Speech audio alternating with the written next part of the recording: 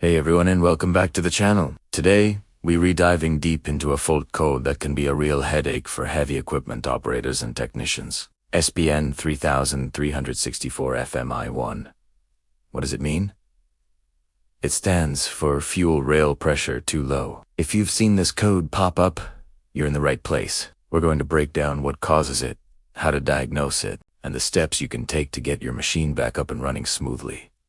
First, let's understand what's happening. Modern diesel engines use a common rail fuel system. This system maintains a very high, constant pressure in a rail that feeds the injectors. The engine control module, or ECM, constantly monitors this pressure. SPN 3364 FMI1 is triggered when the ECM detects that the actual fuel rail pressure is significantly lower than the pressure it is commanding. Think of it like trying to use a pressure washer with a kink in the hose. You just won't get the power you need. In your engine, this can lead to symptoms like low power, rough idling, stalling, or even a no-start condition. So, what are the usual suspects behind this low pressure problem? There are several possibilities, and we'll work our way from the simplest to the more complex. The most common culprit, and the first place you should always look, is the fuel filters. A clogged or dirty primary or secondary fuel filter will restrict fuel flow, starving the high-pressure pump and causing the pressure in the rail to drop.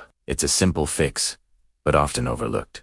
Always start by checking and replacing your fuel filters if they haven't been changed recently. Another potential issue could be air in the fuel system. Air is compressible, unlike diesel fuel. If air gets into the lines, it can create pockets that prevent the system from building and holding the required high pressure. This can happen after a filter change if the system wasn't properly primed. Or it could be due to a leak on the suction side of the fuel system. Think loose fittings, cracked fuel lines, or a bad seal somewhere between the tank and the low-pressure pump. A visual inspection for wet spots or diesel stains around fuel lines and connections is a good first step here. Next up, let's talk about the fuel supply itself. It might sound obvious, but are you sure you have enough fuel in the tank? And is the fuel clean? Contaminated fuel with water or debris can wreak havoc on the entire system, especially the high-pressure components.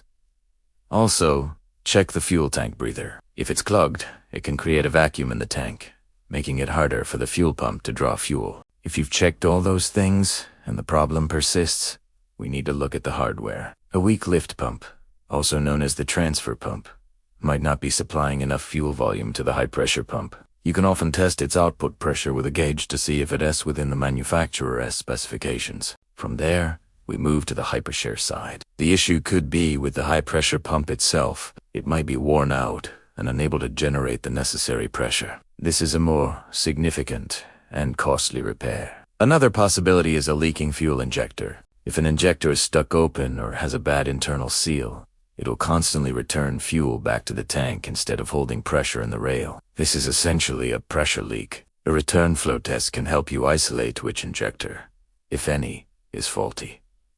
Finally, we have the electronic components. The fuel rail pressure sensor could be failing.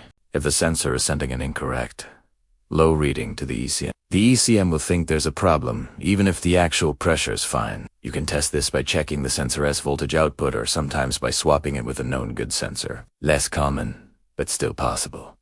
It's a problem with the fuel pressure control valve, also known as the metering unit, or suction control valve. This valve, controlled by the ECM, regulates how much fuel enters the high-pressure pump. If it's sticking or malfunctioning, it can lead to low rail pressure. To properly diagnose this code, having a diagnostic tool to read live data is incredibly helpful. You can monitor the desired rail pressure versus the actual rail pressure while the engine is running. This will give you a clear picture of what the system is doing in real time. So, to recap, for SPN 3364 FMI1, start with the basics. Check your fuel filters and look for air leaks. Ensure you have clean fuel and a clear tank vent.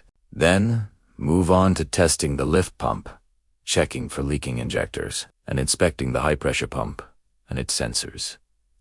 Working through these steps logically will save you time and money. I hope this guide helps you troubleshoot SPN 3364 FMI1. It can be a frustrating code, but with a systematic approach, you can pinpoint the root cause. If you found this video helpful, give it a thumbs up and consider subscribing for more heavy equipment tips and fault code breakdowns. Thanks for watching, and stay safe out there.